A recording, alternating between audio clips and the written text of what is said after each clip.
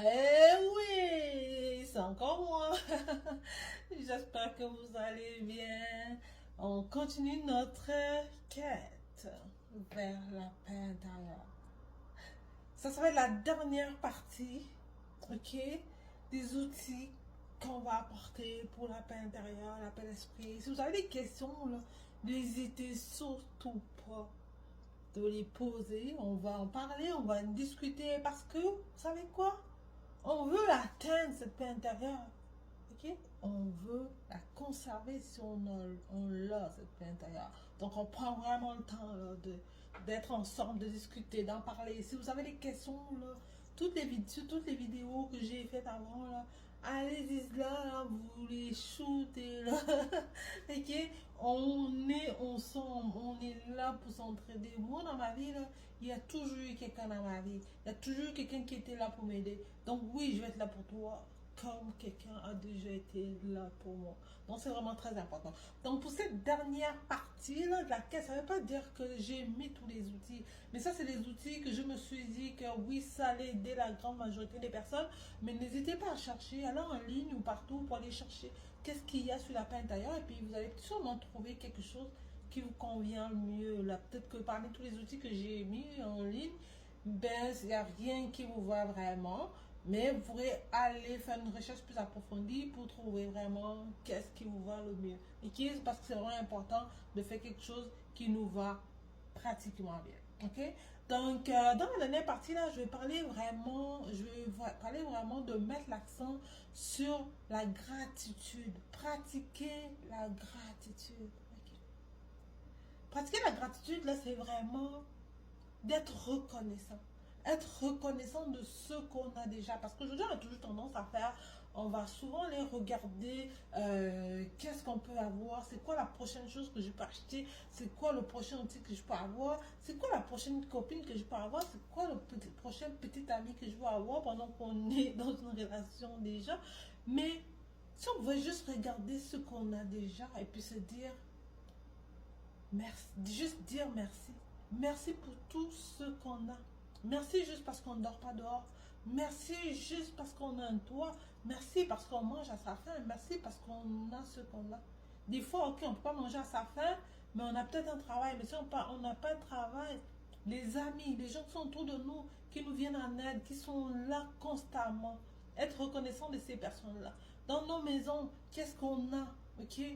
J'ai une maison, j'ai un frigo, j'ai une télévision, tout ce qu'on a et puis qu'on est vraiment reconnaissant parce que c'est en étant reconnaissant de ce qu'on a déjà qu'on va en avoir encore plus.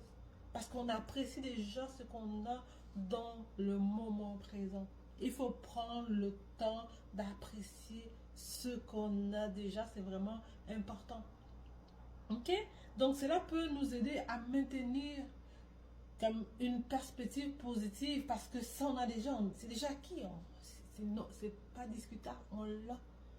Parce que souvent, qu'est-ce qui fait qu'on perd la paix du cœur, la paix d'esprit, qu'on regarde, oh j'ai pas ci, j'ai pas ça, puis on se rend mal pour des choses qu'on n'a pas encore obtenues, ou on est en attente de quelque chose.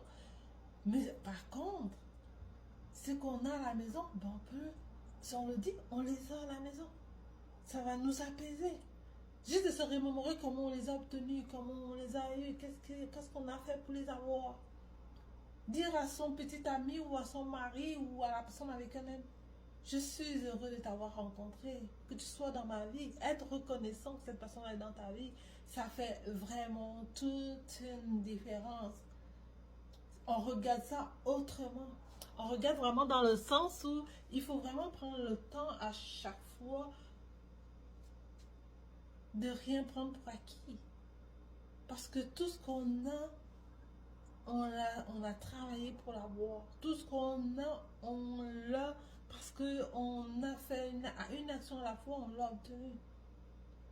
Donc, pour ne pas stagner dans le toujours mieux, je vais avoir, le prochain, je vais l'avoir. Oui, le prochain, tu vas l'avoir. Mais sois reconnaissant de ce que tu as aujourd'hui. Et tu vas voir là, tu vas trouver la paix intérieure dans cet environnement-là parce que c'est des choses que tu as obtenues d'une certaine façon, d'une certaine manière.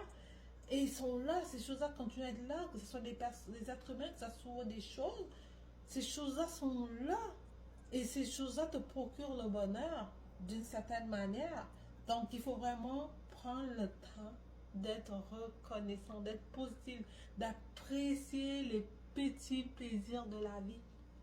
Ok? Apprécier chaque minute, chaque seconde, chaque chose qui vient vers nous. Ok? Chaque chose de la vie qui contribue à notre bonheur intérieur. Il faut vraiment aller chercher cette paix intérieure dans l'existant, dans ce qui existe déjà, dans ce qu'on a obtenu, dans ce qu'on a. Quand tu arrives chez toi, là, puis quelqu'un a fait le souper pour toi, là, hey, je suis chanceux de t'avoir. Il faut dire à cette personne-là pour que cette personne-là sache, qu'elle voit la gratitude que tu as envers elle. Ok? C'est vraiment important parce que souvent, quand on va dire, on a quelqu'un qui nous fait à manger à la maison, qui nous fait à boire, ou qui nous attend quand il pleut avec un parapluie, on pense ça pour acquis. Comme, ok, il est avec moi et tout, ou bien elle est avec moi, oui, elle doit faire ça. Non. Une relation de couple, ça se travaille et ça, on s'investit là-dedans et on s'investit aussi être reconnaissant